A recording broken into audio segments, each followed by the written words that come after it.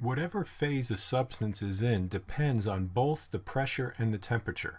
So we use a phase diagram to indicate what state it's in. So let's look at the picture here.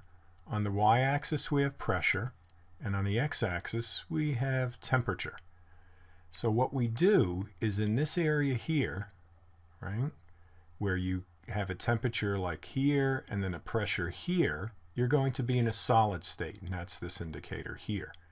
Now if I increase the temperature to here and keep the same pressure, we're in a liquid state. See, we're kind of here, and then we have this thing called a critical point. We'll show what that is shortly. And then if we increase the temperature some more, keeping the same pressure, it drops over to here, and we now have a vapor. And here's a triple point. We'll talk about that a little bit later. We can also go, if I have a liquid at a temperature here, hope you can see this, I'll put a big X there, and we keep the same temperature, okay, but then we lower the pressure. Normally we think we go from a liquid to a gas by heating it up, but here we're keeping the exact same temperature, lowering the pressure, and we get a vapor. The triple point, right down here, that represents the pressure and temperature at which all three states are in equilibrium. In other words, you can have solid, liquid, and gas all right there. The critical point represents the pressure and temperature at which liquid and vapor phases become indistinguishable. You can't tell the difference. And again, note we have pressure on the y-axis, temperature on the x-axis. Now let's look at the various curves, and we have the first curve circled in red here. That's the interface between solid and liquid. If you want to find the melting point at a particular temperature and pressure, it's right on this line. Because a solid exists right to the left of the line, then if it moves a little to the right, it turns into a liquid, so it's melting. And this line here is a demarcation between the solid and the liquid.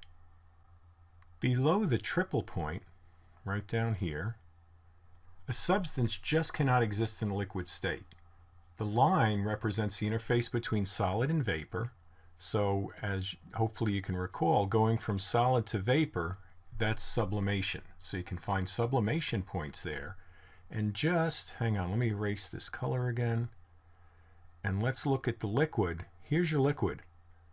Nowhere does that show up over here south of the triple point, okay? If you want to have a liquid, you have to be in here. You can't be down here.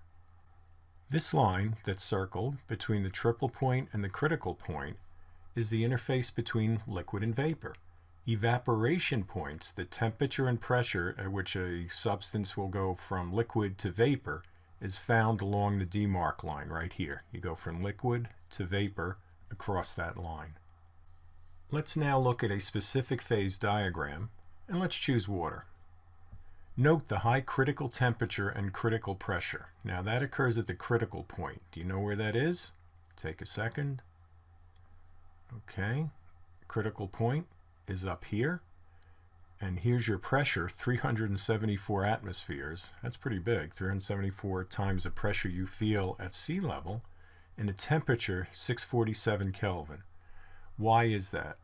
Again, it's the strong van der Waals forces between the water molecules. It just doesn't want to change state. For water, the slope of the solid liquid line, that's this line right here, right between solid and liquid, is negative. This means that an increase in pressure can cause this substance to melt. This happens because as water freezes, the molecules must move a little farther apart to form the crystal structure of the solid. As a result, ice is less dense than liquid water.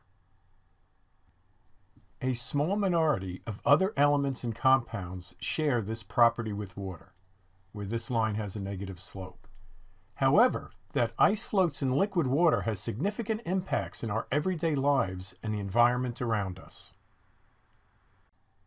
If ice was more dense than liquid water, it would sink.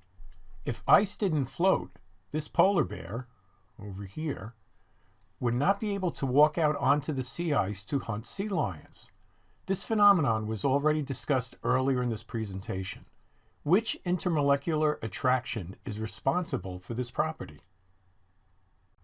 Carbon dioxide is more typical for most substances. In this case, the slope of the solid-liquid line is positive. That's this line over here.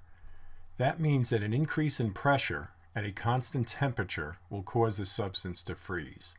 So let's see how that works. Let's take this point here. We have a certain temperature and pressure, and we have a liquid. And if we raise the pressure, well, that's not the best line in the world. It goes more like that.